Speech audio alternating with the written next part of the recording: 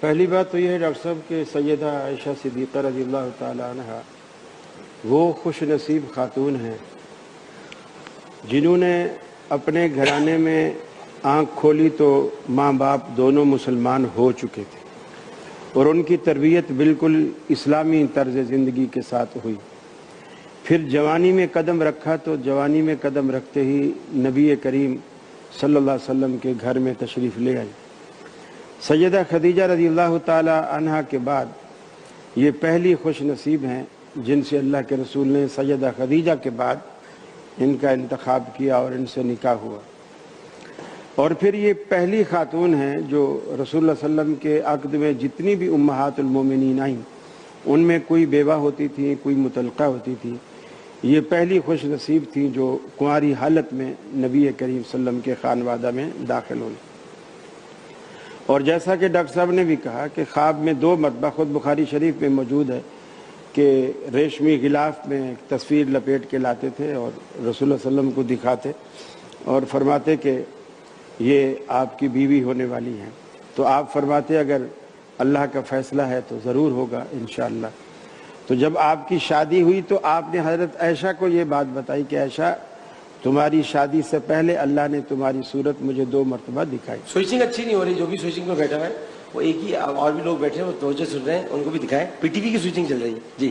تو دوسری بات یہ ہے کہ رسول اکرم صلی اللہ علیہ وسلم نے جس محبت اور پیار کا اظہار سیدہ عائشہ سے کیا کہ صحابہ کرام کو بھی یہ بات معلوم تھی کہ جب حضرت عائشہ کی باری والے دن اللہ کے رسول ان کے گھر میں آتے تو صحابہ زیادہ تر تحفے تحائف اسی موقع پر دیا کرتے تھے، اور دیگر ازواج مطہرات کو یہ بات تھوڑی سی گراں گزرتی تھی، اور انہوں نے سب سے پہلے حضرت ام سلمہ کو اور پھر حضرت فاطمہ رضی اللہ تعالیٰ عنہ کو اور پھر حضرت زینب رضی اللہ تعالیٰ عنہ 3 الگ الگ دفعہ بھیجا کہ پہلے حضرت ام سلمہ سے کہا کہ آپ رسول اللہ صلی اللہ علیہ وسلم سے درخواست کرو کہ وہ صحابہ کرام میں واعظ فرمائیں کہ میں جب بھی جہاں جس کے گھر میں بھی ہوں تو تمہیں جو تحفہ بھیجنا ہے تو عائشہ کی گھر کا انتظار نہ کیا کرو، بھیج دیا کرو۔ آپ نے ایسا اعلان نہیں کیا۔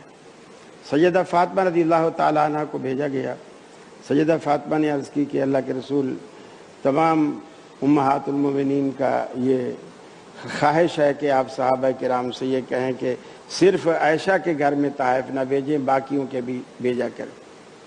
آپ نے فرمایا بیٹی کیا تو اس کو پسند نہیں کرتی جسے میں پسند کرتا ہوں؟ کہا بابا جی بالکل میں پسند کرتی ہوں۔ تو آپ نے فرمایا پھر عائشہ مجھے پسند ہے، عائشہ مجھے پسند ہے۔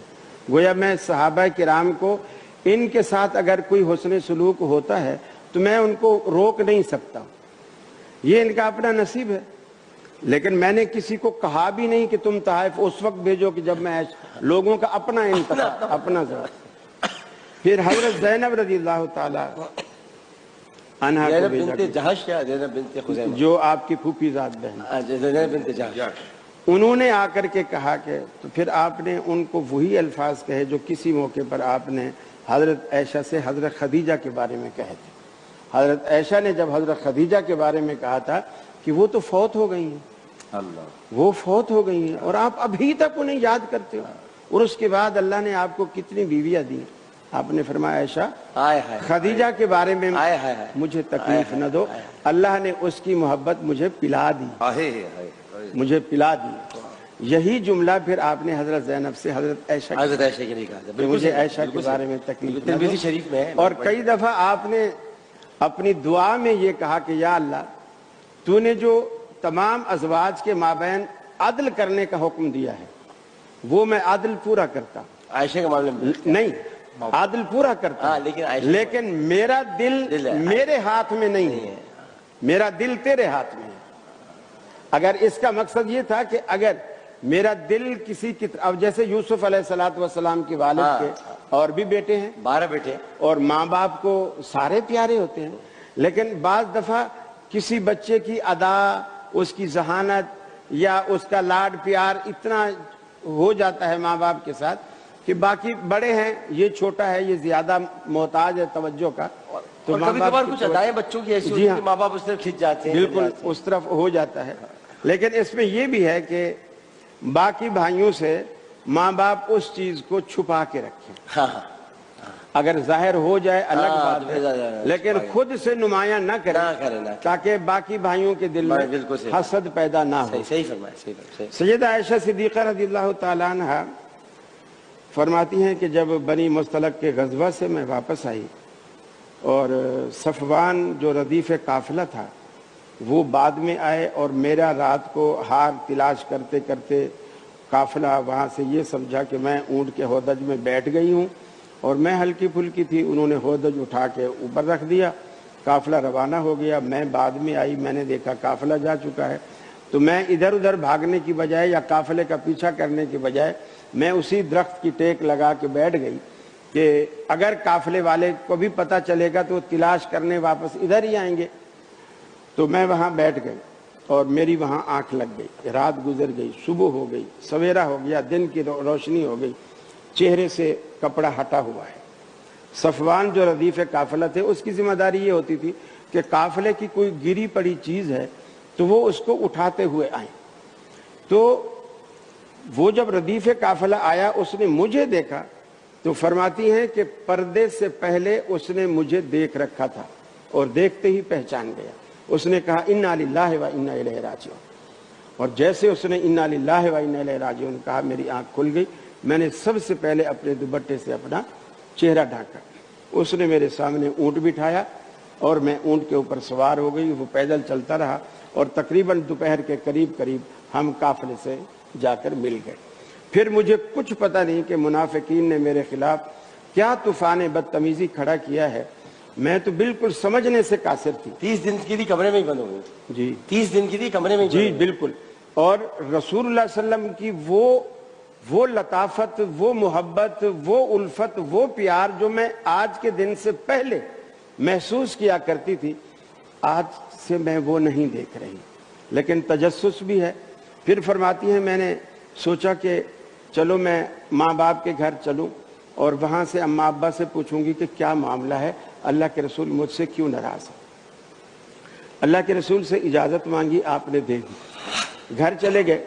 وہاں جب گئے تو ابا سے پوچھا، اماں سے پوچھا، رسول اللہ صلی اللہ علیہ وسلم محزون نظر آتے ہیں، آقا کیوں محزون ہیں؟ آپ نے فرمایا بٹیا اگر وہ محزون ہیں تو ہم کب خوش ہیں، ہم بھی تو اسی طرح غم میں ڈوبے ہوئے، لیکن کسی نے مجھے بات نہیں بتلائی.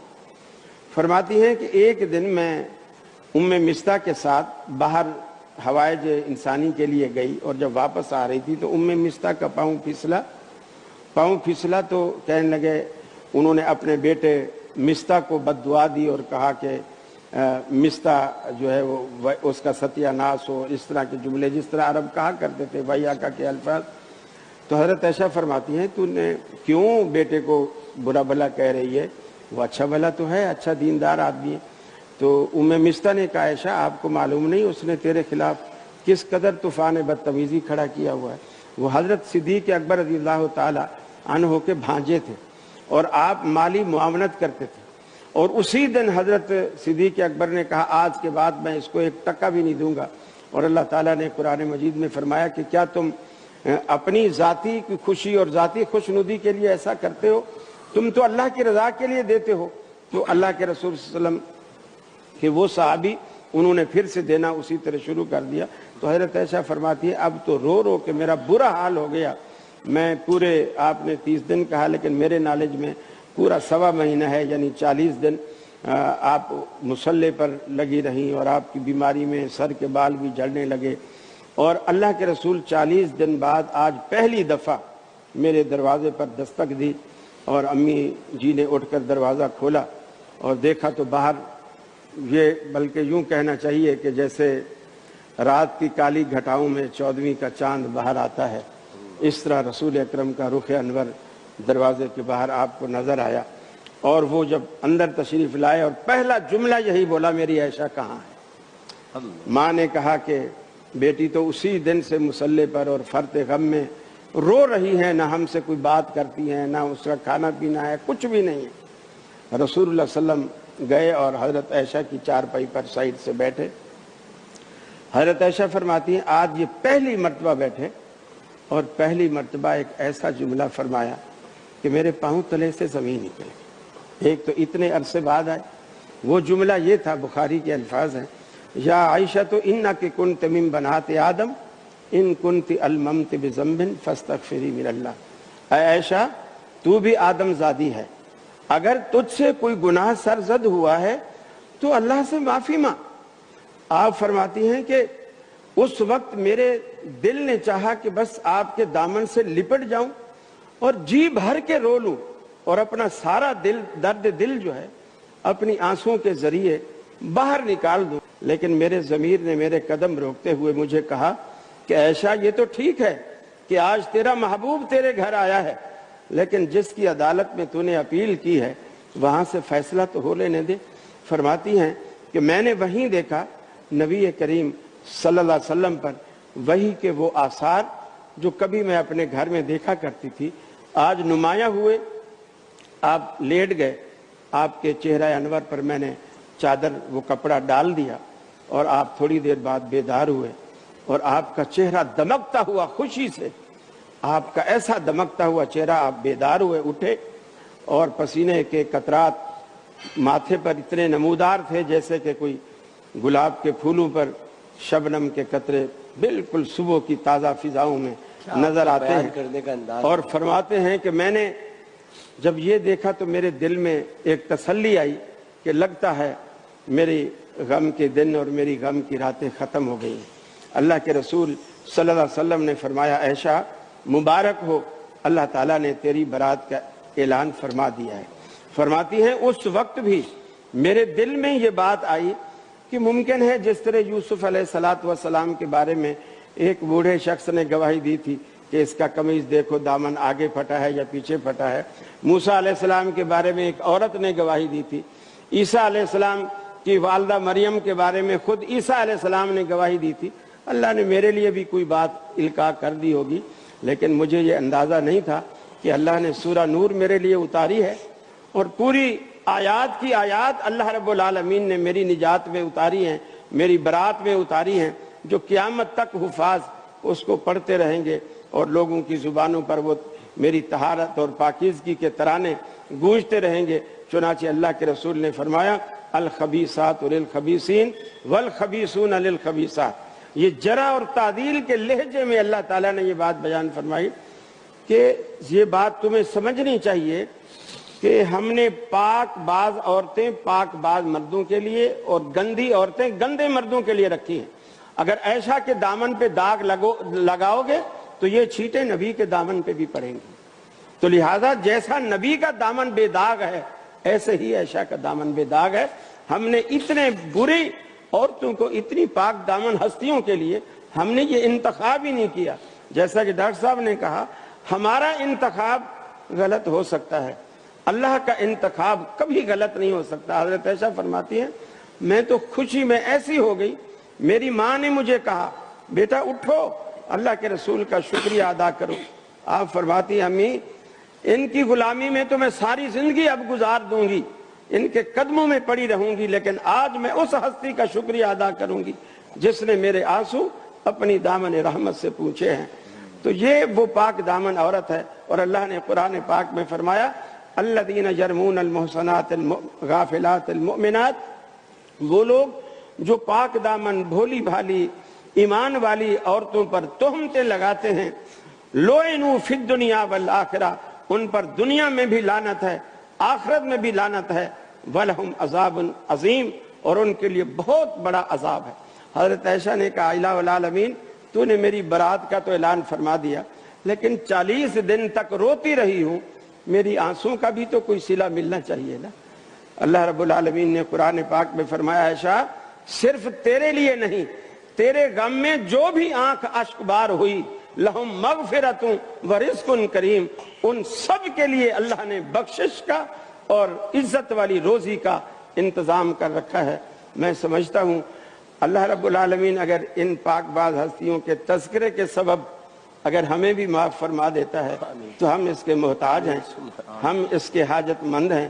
اللہ سے دعا ہے اللہ رب العالمین ہماری بہن بیٹیوں کو بھی، ہماری بہو بیٹیوں کو بھی ان پاکیزہ ہستیوں کا کردار نصیب فرمائے، ان کی سیرت نصیب فرمائے، اور ہمارے گھروں میں اللہ ویسی محبت پیدا فرمائے جیسی ان پاک باز ہستیوں کے مابین تھی۔ اللہ تعالیٰ اللہم مزید فیض، اللہ تعالیٰ آپ کو اور مزید قوت عطا فرمائے۔ بہت خوبصورت بیان آپ نے فرمایا۔